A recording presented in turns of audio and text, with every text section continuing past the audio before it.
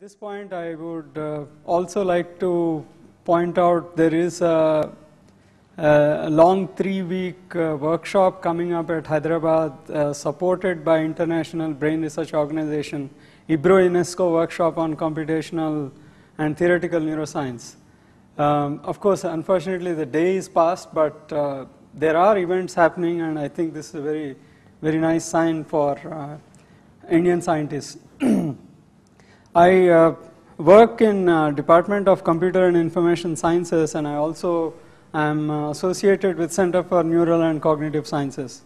Today I would like to, I guess, the tea break was good in some sense. Now we are moving on to behavioral, right? There's a different, this talk is in some sense related to sequencing motor actions and so on, but it's at a much higher level.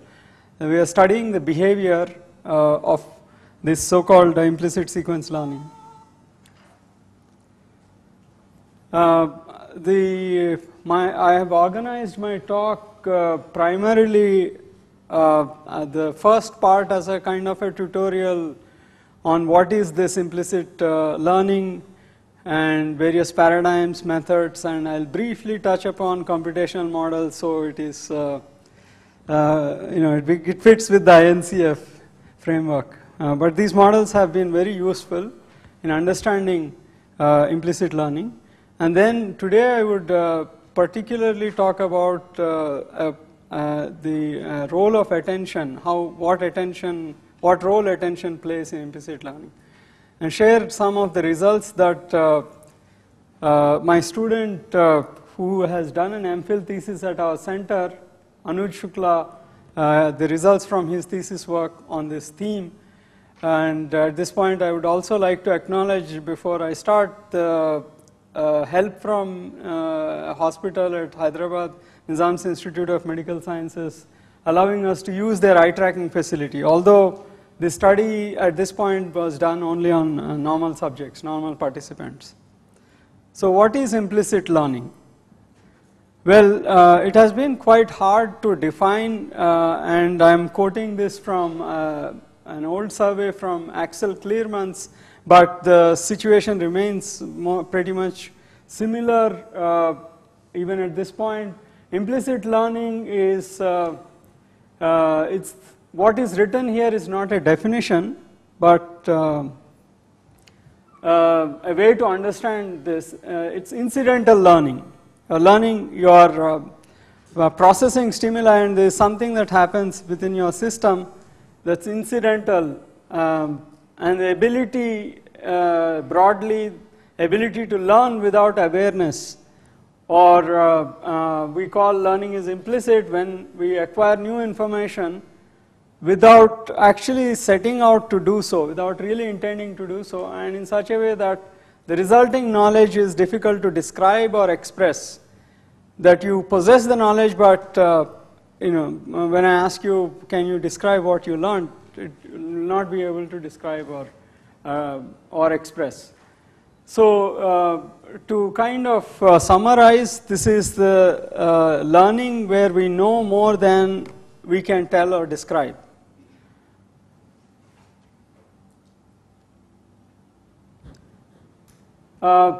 Contrasting this with implicit learning to kind of make it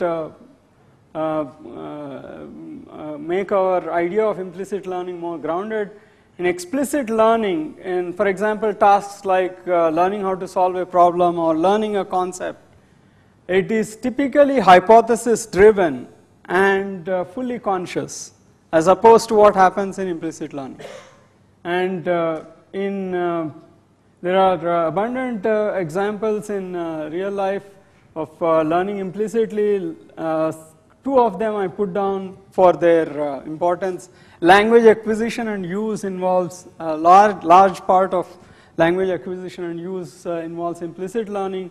And in general, skill learning has this: you learn how to ride a bicycle, and I ask you now, give me a description of what happens, right? So you cannot give me how you are able to ride a bicycle, right? So you have, but you can demonstrate it.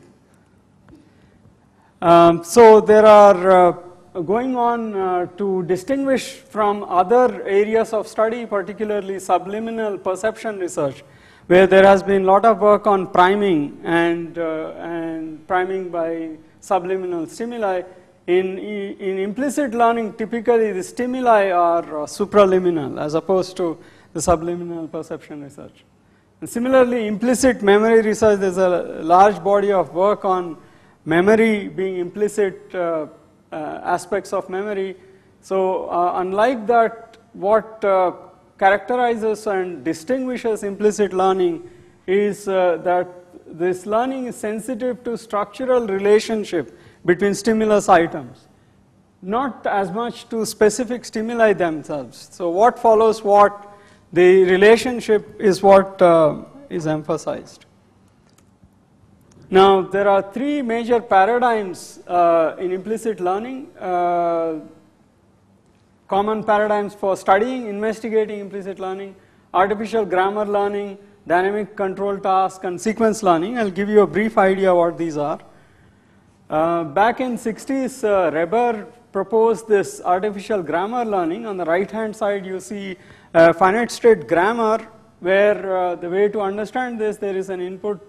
This machine generates strings of letters starting from the in state and ending at the out state, and it generates following these arcs, and every time it transits, and these circles are called states of this system. This is in other language, this is called finite state automaton, where you go from state to state and generate the symbol that is resident on the arc. So for example, you visit this particular path, you generate T, P, right? So T, and if you stay in this state, you can generate P, then transit from here to here, T, T, P, T, S, and that is a valid sequence from this. So this generates a huge number of sequences. The idea is that this particular schema is behind sequences. From this, one can generate sequences that follow this particular schema, and also generate sequences that do not subscribe or conform to this particular grammar. Right? So this setting, people are asked to memorize. You generate some sample sequences, and I have a better view of this in the next slide, where you, from this finite state grammar, you generate sequences, and there have been variety of paradigms. In one of them, for example, you can use this sequence to, so in this case, if you see, there are 5 symbols, T, S, X, P, and K, right? So there are 5 locations corresponding to each of these letters, generate the sequence, and what the subjects see is a stimulus that appears at one of these 5 locations per trial, and all they have to do is press the corresponding button corresponding to that stimulus location. And as they do this, they practice the sequence that's basically coming out of this.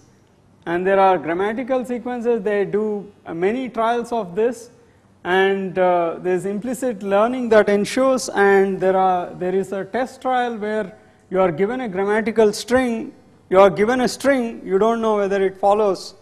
We tell the subjects that after they go through this, they are asked to memorize set of training strings, then they are informed that there is a grammar that generated these strings. Now can you, given new strings, can you classify them into what they think follows what they have seen or does not follow? Basically, a judgment of grammaticality and ungrammaticality. And so these are examples of strings that follow grammar, and those that are generated by switching at least one or several letters from the valid strings. So it has been observed in this paradigm, for example, people are not able to articulate what they have learned, but their performance on this grammaticality judgment is way above chance level, indicating something that they have acquired, but implicitly that they cannot describe. So this is one very popular paradigm. The other paradigm is dynamic control task. Again, an old one, 1980s. Berry and Broadbent proposed this, where subjects interact with a simulated system. Example, in this case, they are controlling a sugar factory production. And what they have to do is, on each trial, subjects can hire or fire workers to maintain certain level of sugar production. So in this panel, you need to enter next level of workforce to maintain the production level of say 9,000 or whatever. The current output is 8,000, but the target is 9,000, and they need to adjust something within the system to maintain this. And it has been observed that the subjects are pretty good at maintaining, although the underlying behavior is governed by an equation that is unknown to the subjects. They can pretty much guess, but they cannot articulate at the end of the task, but they can they show behavior which mimics this equation that governs this relationship between the number of the production and the number of workforce, for example. So these are called dynamic control tasks. There is one paradigm again used for studying implicit learning. The other very popular paradigm which studies sequence learning is introduced by Nissen and Bullemer back in 1980s, late 80s. This is popularly known as serial reaction time task. And let us see what happens in this. In this task, participants respond. There is a display on which the stimulus appears. Just as I have shown in the artificial grammar, there is a display where there is in this case, one of the 4 locations is highlighted by an asterisk. And subjects simply have to press the corresponding button on the keypad, and these the sequence of stimuli appear, and unknown to the participants there is an underlying pattern that these series of asterisks follow. It's not known or given to them, but by responding sequentially to the stimuli, subjects become experienced in this unknown sequence. And there are 2 groups in the original study. There is a group that is given random sequence of stimuli, that they do not show any improvement in the reaction time to average reaction time stays pretty much fixed for stimuli over number of blocks. The other group that is exposed to this repeating sequence, their response time increases, indicating they are learning something predictive about how stimuli follow one another.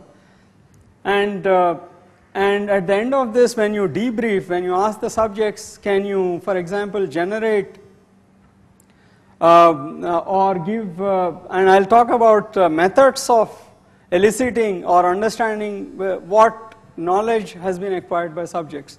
So when you debrief the subjects deny any knowledge of any repeating pattern, right? So that's the hallmark of implicit learning.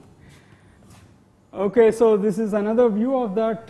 Typically what is done is you give 12 trials of training trials where the sequence stays constant. The response time shows an improvement. This indicating something is being learned. There are learning predictions.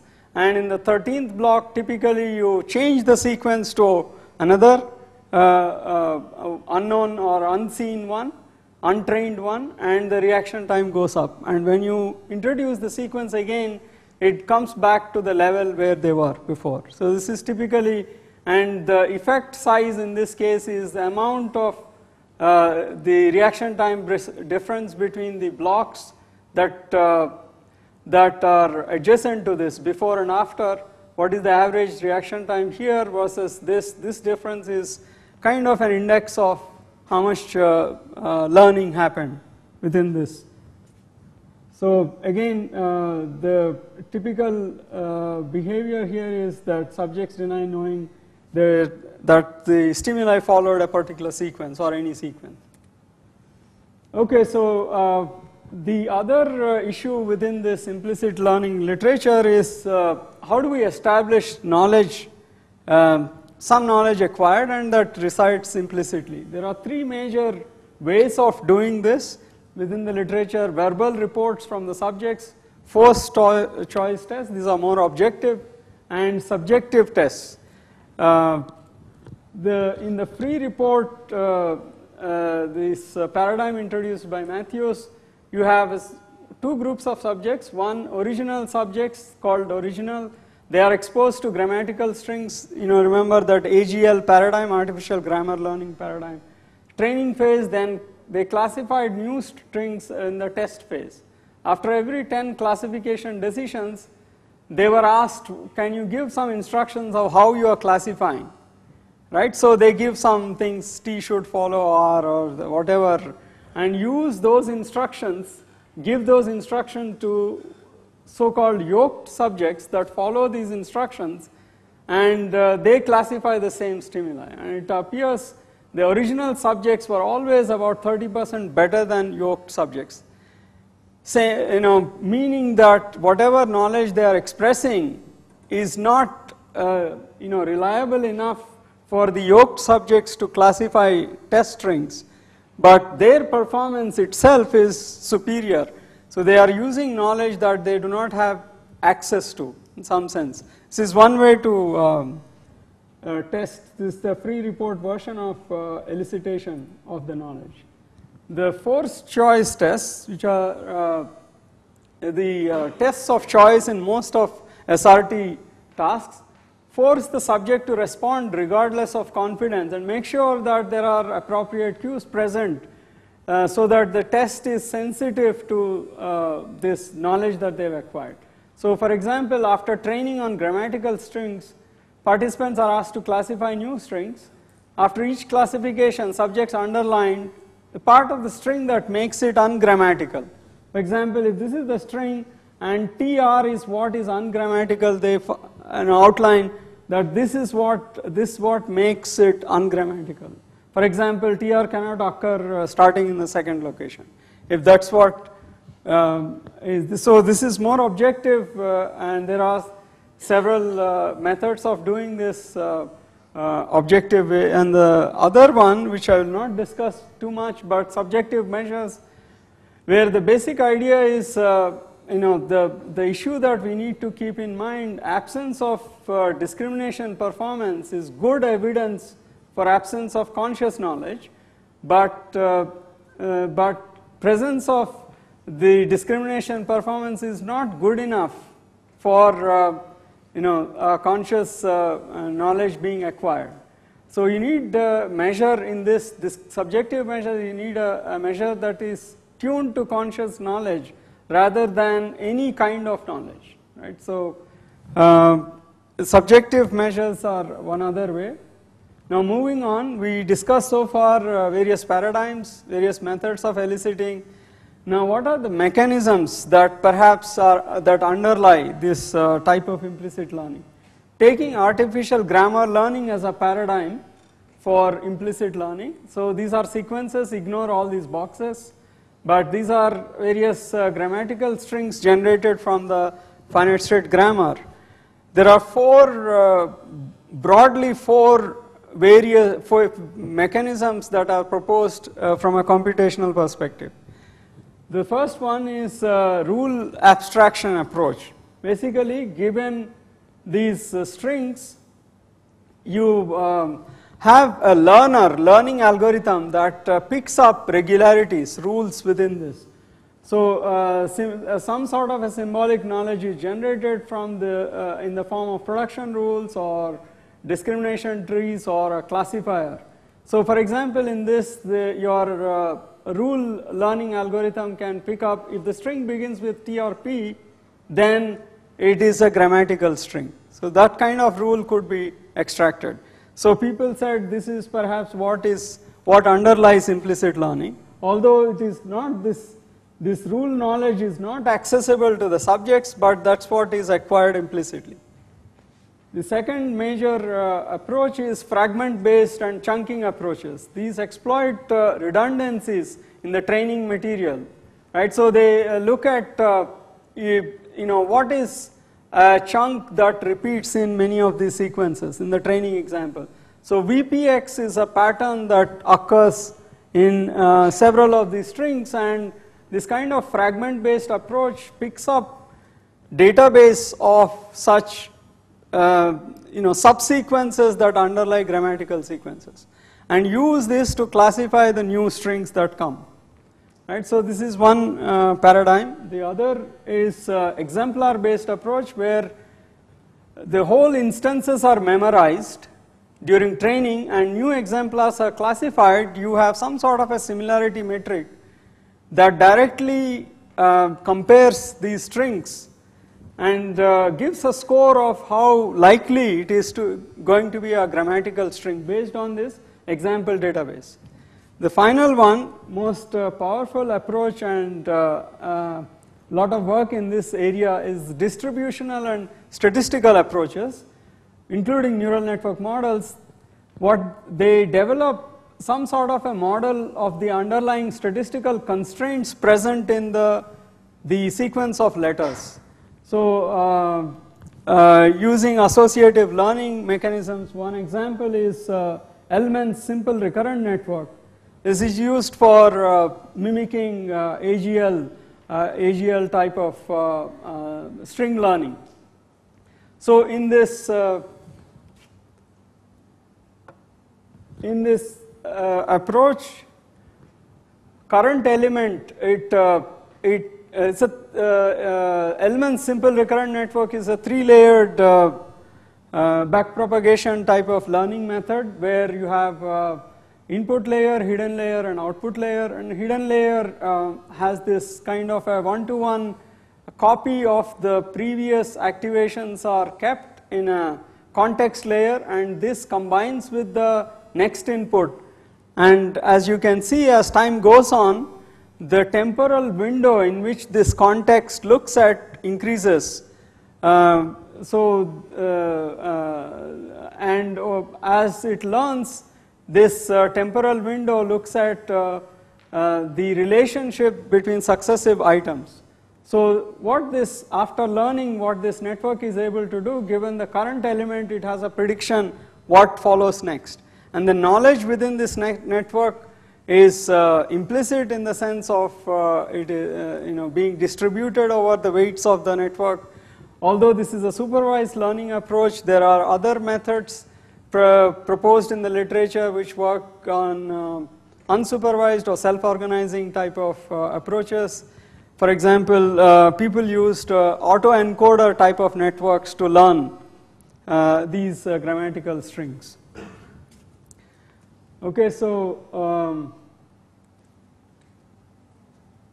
so far we looked at different aspects of implicit learning. Today what I would like to focus on is the role of attention in implicit learning. And this is very important, because what we have been saying is that implicit learning happens automatically, it doesn't require attentional resources.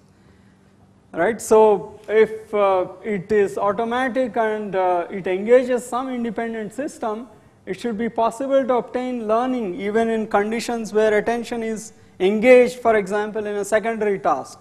So I load the system with basically put the subject in a dual task paradigm, where they are following the stimuli in the SRT, but they are also doing an additional task which engages the attentional system.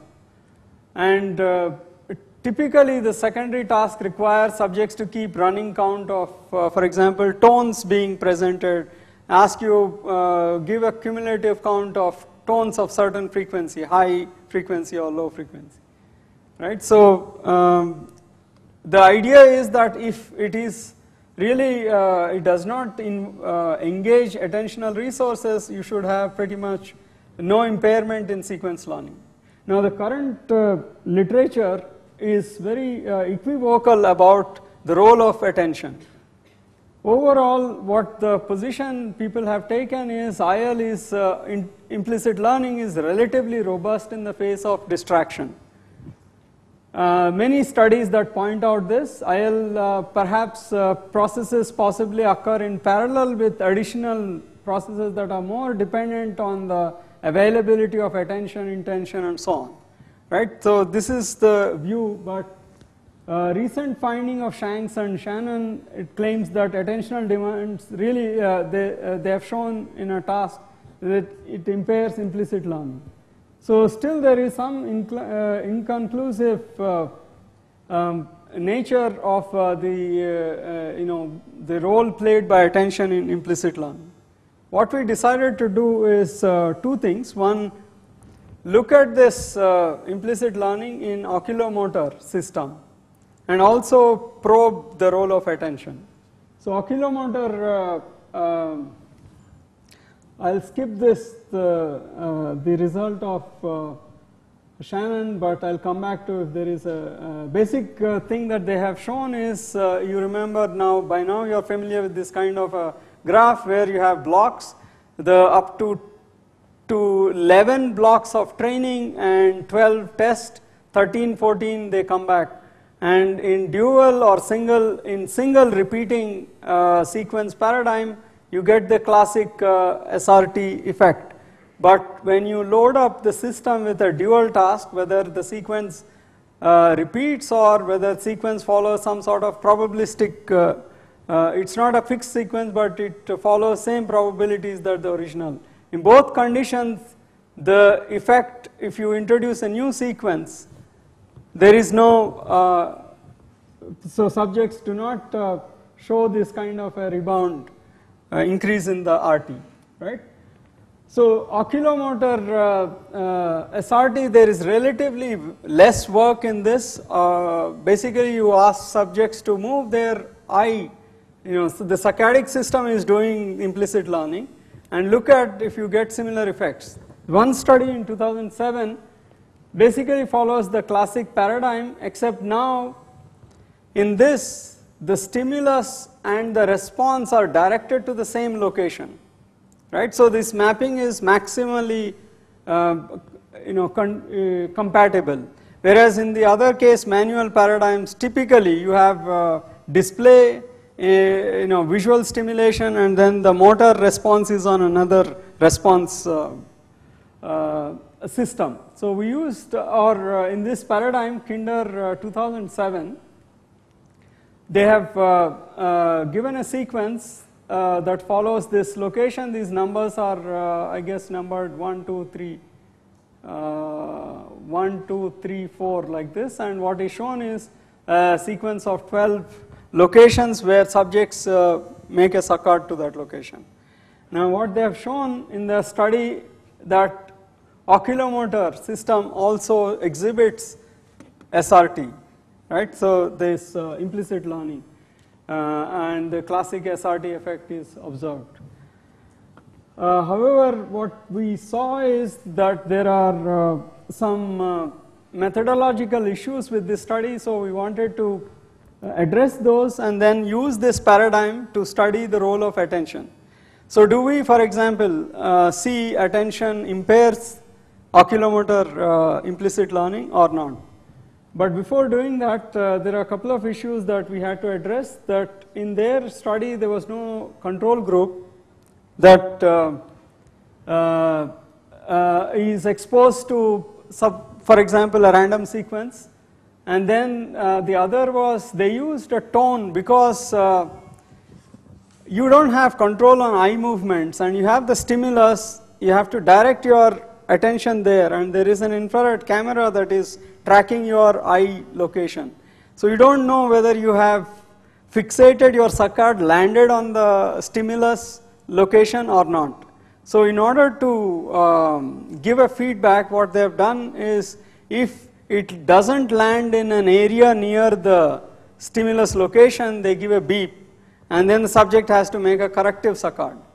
Now this kind of intervention in a task like this can have really an impact on implicit learning. Anything you do within the task can have an impact on implicit processes.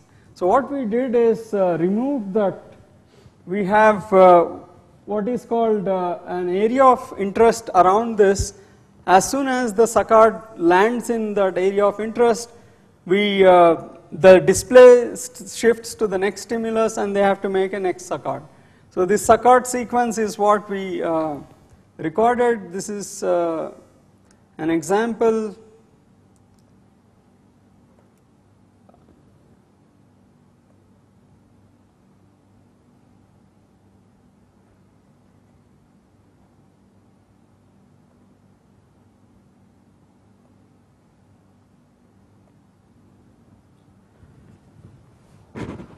So this is the actual recording. Subject only sees the black dot, that the other colored dot is for our purpose, right? So they don't get any feedback, and sometimes the sucker doesn't land. And in our case, what we said is that this stimulus doesn't move to the next location unless it registers the sucker in that. So it stays on, it's a cue to the subject, they have to make a corrective sucker. So we eliminated this tone as a way of feedback, and that gave actually a much bigger effect. I don't show the comparative, so this is the eye tracking system that we used from the Nizam's Institute, and similarly arranged in this diamond shape, and we took the same sequences, and there's a familiarization phase, training phase, and then the recall phase, which is where we take a combination of free verbal report and objective type of measure, right? So we looked at this, and the results show that so these are the two groups. In experiment 1, we had one group that sees fixed sequence, the other group that sees random sequence of locations, and they do not show any sort of the average reaction time stays around 310 milliseconds, and then you see this classic effect when you move from the training sequence to the new test sequence. You see an increase in the reaction time, and it comes back when you introduce the original sequence. So, when we do the debrief using a questionnaire, what we show is subjects are unaware of a repeating sequence. And this particular paradigm is very good, unlike the visual one. It's very fast, 100 millisecond, and the implicit learning can be very effective because it is so fast, it goes so fast, there is no really danger that they can actually guess what's happening. And in the second experiment, we introduced tone counting task additional to this, and what we see, our results is that this is the group that's doing tone counting. This is no tone. Of course, there is a price being paid for doing two tasks together, but what you see is a robust SRT effect.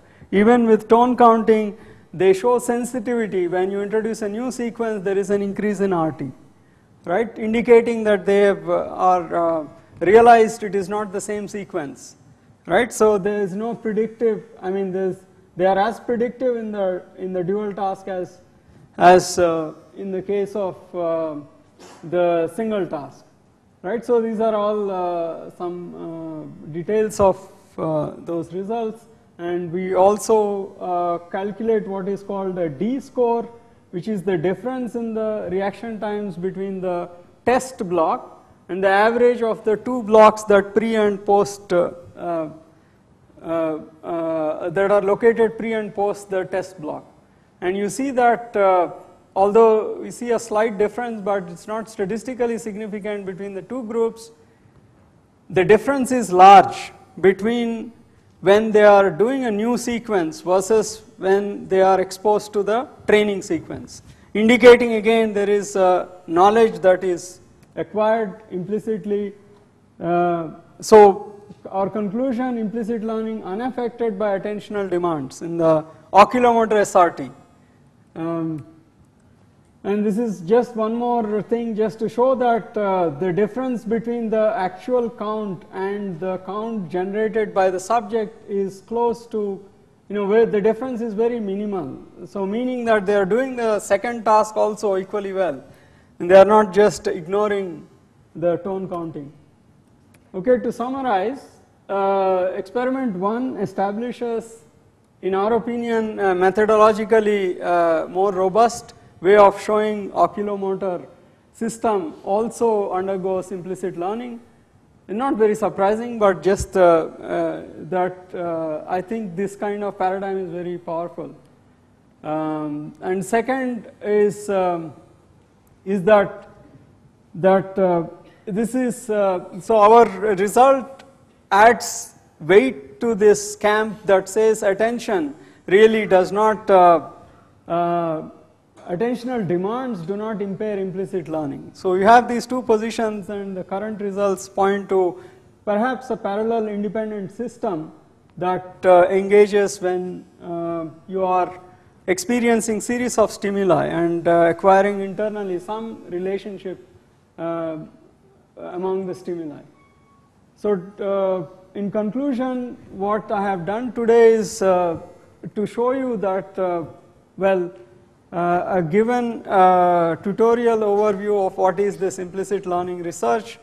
Implicit learning is fundamental and ubiquitous process in cognition, and from information processing perspective, it's best characterized as a kind of complex form of priming, such that distributional knowledge acquired through incidental experience with the series of stimuli can influence processing or performance in the absence of explicit awareness. And there are a couple of open questions that we are interested. Perhaps port this to EEG and, if possible, to functional MRI to study separate brain systems. There is again a lot of work in this area, but not much focused in oculomotor paradigm. And the other issue which is of interest to us is the role of implicit learning in cognitive development. The ability to sequence stimuli is fundamental to many cognitive capacities that develop over during the developmental stages, including language acquisition. All of these have highly stylized sequential behavior. So tracking this over the developmental profile, seeing, particularly in children that exhibit variety of developmental disorders, learning disorders, and some other developmental disorders. This could be an index of, this is like stimulus, domain independent, a domain general index of sequencing ability, and see if it correlates with some of the issues that the children are facing, right, within development. Thank you for your attention.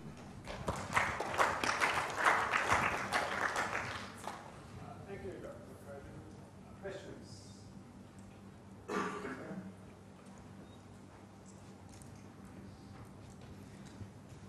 So it's very interesting that attentional demands don't interfere with implicit learning.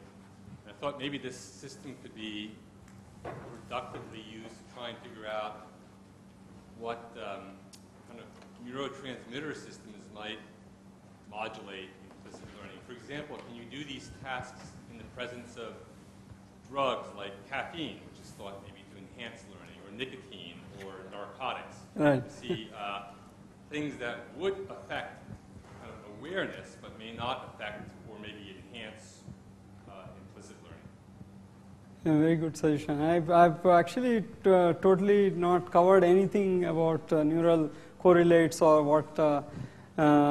Partly I'm not aware of that part of the literature. I'll take this suggestion. Very nice.